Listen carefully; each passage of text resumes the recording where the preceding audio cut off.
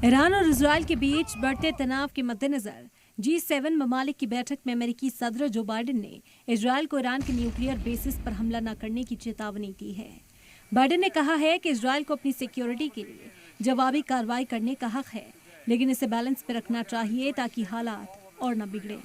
اسی بیچ اسرائیل کے P M Nitin Yahoo نے ملک کے ٹاپ سیکیورٹی آفیشلز کے ساتھ بیٹھک کی، جس میں ایران کے حالیہ میزائل حملے کے جواب پر چرچا کی گئی۔ بیٹھک کا مقصد ایران کی اگریسونیس کا جواب دینے کی حکمت عملی تیار کرنا تھا۔ ایران بھی اسرائیل کے خلاف جنگ کی تیاری میں لگ گیا ہے۔ ایران کے سپریم لیڈر آیت اللہ علی خامنئی کل تہران میں جمعے کی نماز کی امامت کریں گے۔ اس موقع پر وہ حزب اللہ نیتا حسن نصر اللہ کو خراج عقیدت پیش کریں گے۔ خامنئی نے کہا کہ وہ آنے والے دنوں میں غزہ اور لبنان کی حالت پر پبلک سے خطاب کریں گے۔